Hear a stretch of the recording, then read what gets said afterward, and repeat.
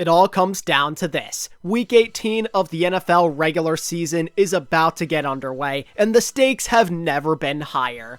With playoff seeding, as well as 5 spots still up for grabs, there are a lot of big-time games with major implications on the horizon. This weekend may be the most eventful of the year, as most games being played actually have some kind of importance around it. Let's take a look at what's to come with a preview of all the action, as well as how I think all of the games are going to go. In Week 17, I somehow managed to go 11-5 with my Preds, so I'm looking to build upon that momentum, although it's probably not going to happen. But what better way to start than with the Steelers and the Ravens on Saturday evening? So, going into this game, the Ravens don't have anything to play for. They are the number 1 seed, they have it locked up, they're going to be resting a majority of their starters, you'd have to imagine, and they're playing a Steelers team that is fighting for their playoff lives. One team has nothing to play for, the other has their entire season on the line. And while it wouldn't be far-fetched for the Steelers to either choke or for the Ravens to try and not let their divisional opponents get a big-time win here,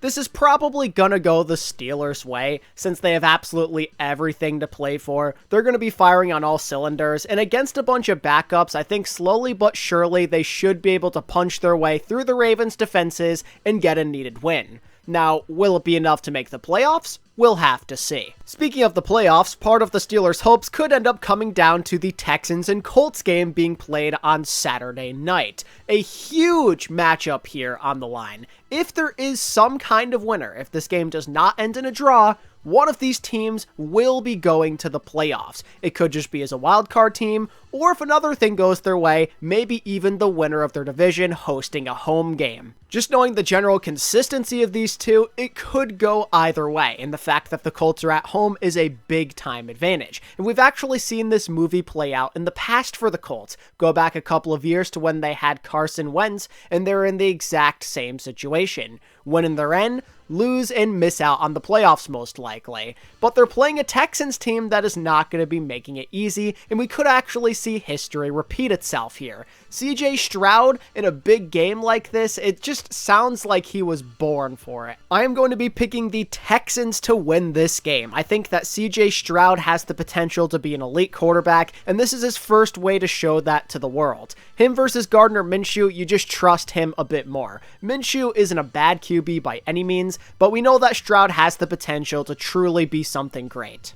If this game is kept close, in crunch time, I trust CJ Stroud with the ball in his hands to either be the game manager, to make that clock hit 0, or to go on that game-winning drive to lead his team to the playoffs. Not gonna lie, I think this is gonna be a very intense match. It's likely to be a high-pressure scenario where both sides make some sloppy mistakes, but if that's what it comes down to, if it comes down to who ends up making less mistakes, I'm gonna trust Stroud. He might be the rookie QB, but he's made a tendency to not turn the ball over a lot this year, and I think that's gonna be a pivotal difference maker that gives the Texans this win. Anyway, moving on to the Sunday afternoon slot. First up, you have the Tampa Bay Buccaneers versus the Carolina Panthers. Not a super exciting game on the surface, but there is a lot behind it, as Tampa Bay needs to win this game in order to clinch the NFC South and make the playoffs. Luckily for Tampa, this should be a pretty easy game. I mean, the Panthers are terrible. When they can't play Joe Barry's defense, they can't move the ball at all.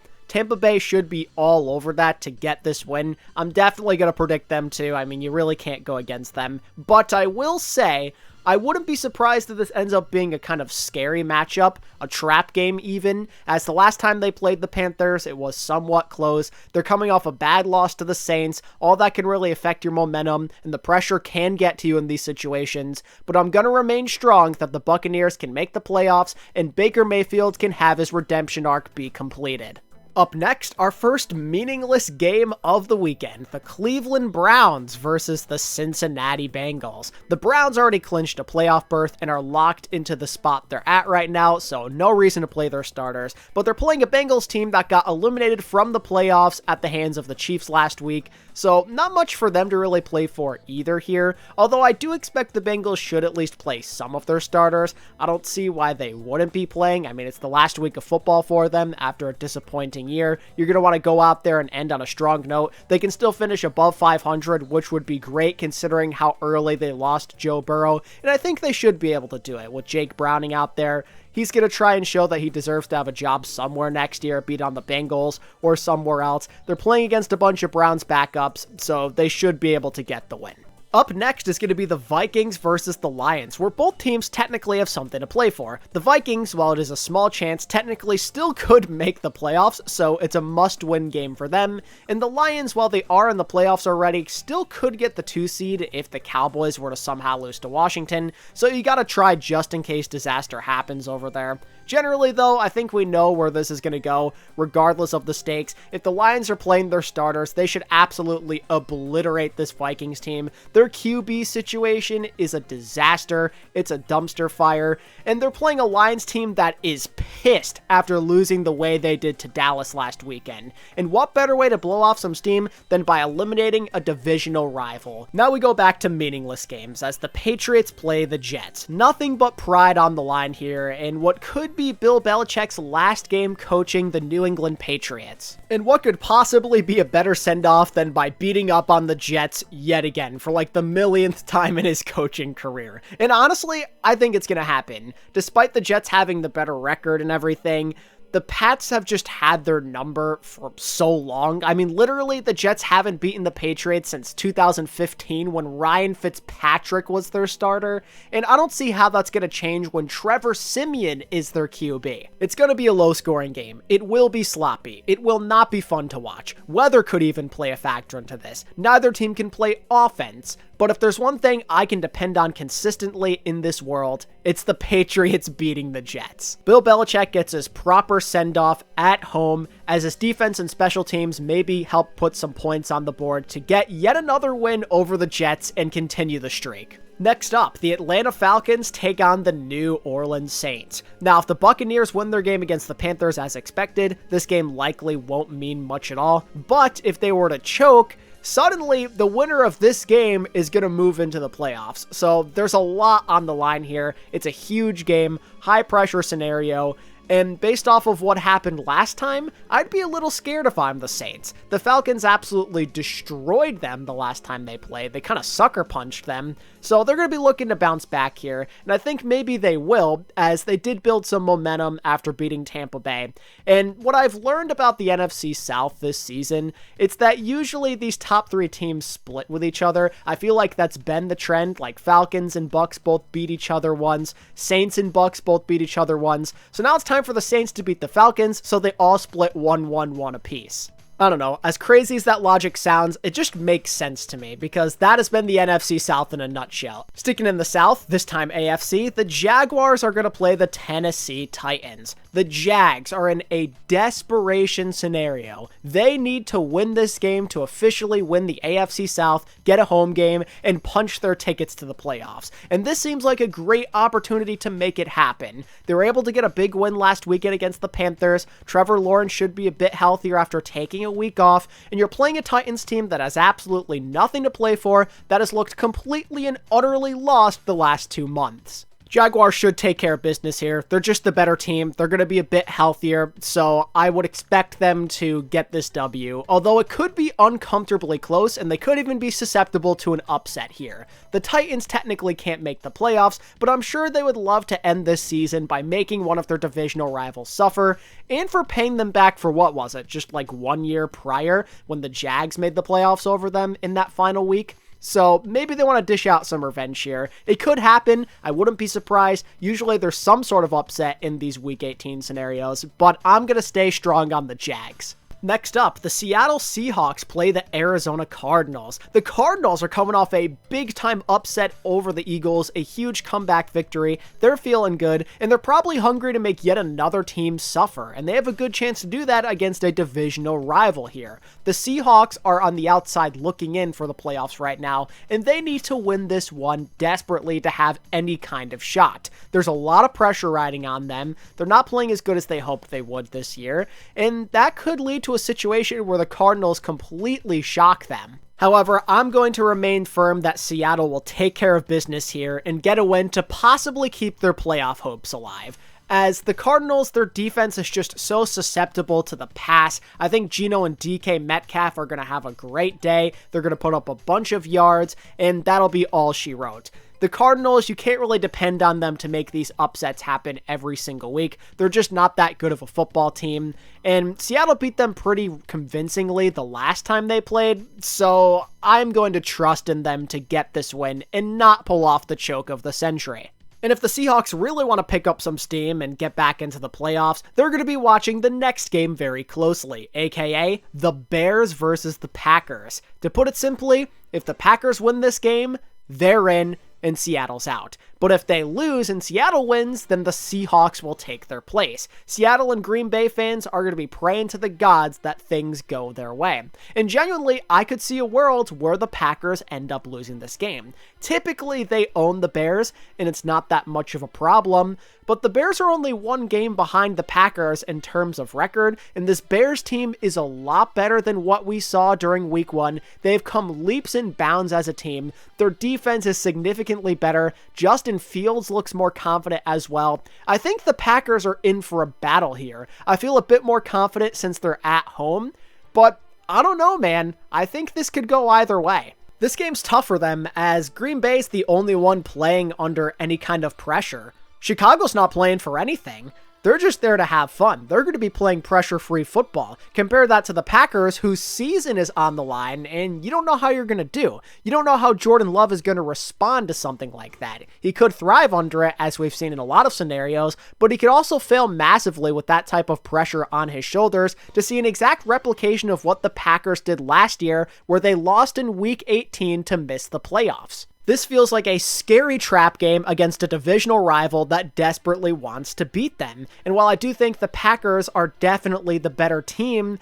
I'm very worried that something's just going to go wrong. I feel like things have gone too smoothly for their first season with a new QB, and I think they're actually going to lose this game to the Bears and miss the playoffs. This Bears team, they're feeling pretty good about themselves right now. They've been winning games recently, and they still have the #1 pick this season, and they have a chance to further build upon their happiness and confidence heading into the offseason by upsetting the Packers and helping them potentially miss the playoffs. The Bears could finish this season great, while the Packers are under all the pressure in the world. That just feels like a bad combination to me. And let's not forget that this Packers defense is very susceptible to having some horrible days. Joe Barry is just not it. We've known that forever. This Packers team has not been that great against the run this season, and they're playing against Justin Fields, one of the most dynamic running quarterbacks in the NFL, plus a pretty strong running back committee over there. I think the Bears are going to run the ball really effectively.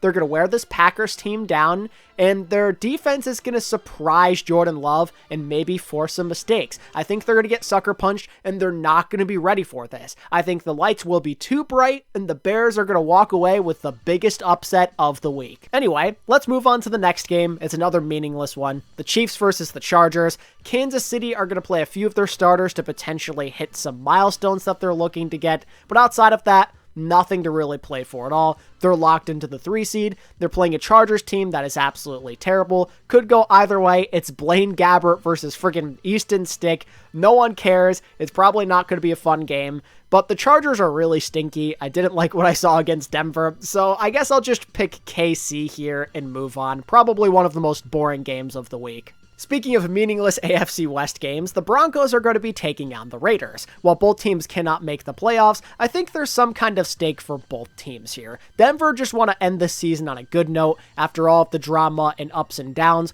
while the Raiders are probably looking to get this win for their interim coach Antonio Pierce. Seems like all the guys really like to play under him, and they like to bring him back. You already know that he's going to coach like his life depends on it to get that contract extension and prove that he is the guy to coach this team, to right the wrongs of what this org did a couple of years ago, the last time they had an interim head coach. You know what? I'm going to pick the Raiders for that reason. I think they're going to try really hard to get this W, as the Broncos and all the drama that's been going on with them will end their season just how it started, with an L to the Raiders. I think that Vegas can move the ball maybe a bit more effectively. They've got more playmakers if they choose to play them, and most importantly of all, their QB is a lot more experienced. So give me the Raiders to win this game. Moving forward, the Eagles are going to take on the Giants for the second time in 3 weeks. Oh, Philly, Philly, Philly. Things look real bad over there after that loss to the Cardinals. Something just ain't right over there. They've been playing some absolutely terrible football, and it seems like it's only going to continue. That loss to the Cardinals seriously might have been the backbreaker in what their season could have been. The situation feels rather strained. Frustrations are definitely starting to boil over. They just can't execute at all. It keeps getting worse. Their offense is predictable. Their defense can't stop anything. And now they're playing a Giants team that they almost lost to at home a couple of weeks ago. Now they're playing them on the road after a severe loss to the Cardinals, and the Giants almost just beat the Rams. And honestly, the Giants just really want to win a game to end their season. It could be Saquon's last game as a Giant. I know he wants to stay there, but you never know what might happen. So he might actually have a really good game against a bad Eagles defense and go absolutely crazy. We know how badly he wants to beat these guys. He's tired of losing to them. Tyrod Taylor wants to prove himself as well. This team wants to end on a high note, and this seems like a great opportunity against a vulnerable Eagles team. Honestly, all signs are screaming at me that the Giants are going to pull off this upset. But, as a Giants fan, I just know it's too good to be true. I'm not getting my hopes up. The Giants are a bad team, and bad teams like the Giants always find a way to lose. I am almost guaranteeing that the Eagles are going to give this game to them on a silver platter. It's going to be right there for the taking, and when it comes down to the last moment, they're going to throw it all away just as they've done all season long. They always lose to the Eagles and Cowboys no matter what. I just know they're going to find a way to lose this game when they have every right to be winning it. The Eagles, no matter what the season, no matter what the era, are always a pain in the Giants' side, and I think it's going to continue. Bad as things have been for them, I think this is where they turn it around and get a needed win headed into the playoffs. In the next game, the LA Rams will be taking on the 49ers. Both teams have nothing to play for. The Niners are resting most of their starters as the 1 seed, and the Rams are going to be resting a lot of their guys too, including Matt Stafford, which means that Carson Wentz is going to get the start for the Rams. Carson Wentz is starting a game in 2024. How about that? And I think he's going to lead the Rams to a win. He wants to prove that he deserves a job somewhere, maybe in a more significant role next year. This is a great chance for him to show us what he's got still. Sean McVay and the Rams usually find ways to beat the 49ers. They don't got anything to play for, and the Rams could technically lock up the 6th seed if they won this game, so I think they're going to do it. And in the final 4 p.m. game of the week, the Cowboys play the Commanders. If the Cowboys win this game, they clinch the NFC East and get the 2 seed. There's a lot on the line here, and they're playing against one of the worst teams in football. Sam Howell is going to be the starting quarterback again, I believe. It's not going to be pretty. We saw it happen the last time he played Dallas. They absolutely ravaged him, and Dak Prescott and those boys are going to go crazy over the worst defense in the NFL. There's no reason to believe that the Cowboys don't blow out the Commanders here. It'd be really funny if Washington somehow won, but it's just not going to happen. And then it comes down to one final game. Sunday Night Football. Buffalo Bills versus Miami Dolphins. Bills' playoffs hopes and dreams completely on the line here, as well as the AFC East. Whoever wins this game will be the number 2 seed in the AFC, but for Buffalo, there's a lot more on the line. Regardless of the division, they need to win this game if they want to make the playoffs. It is must-win territory, because if they lose this one, there's a good chance they could just get eliminated completely. Everything is on the line in what could be the final season in this Buffalo era as we know it. They know that the Super Bowl is the only goal. If they don't get there, that's it. They're done. They've got to win this one. And honestly, I think they're going to. The Dolphins usually give them a hard time, and that'll probably be the case again here, but Miami is extremely banged up going into this game. They just lost Bradley Chubb for the season, I believe. Their defense seems to be a mess. They're down offensive linemen. Mostert and Waddle have been dealing with injuries. They're just nowhere close to full strength,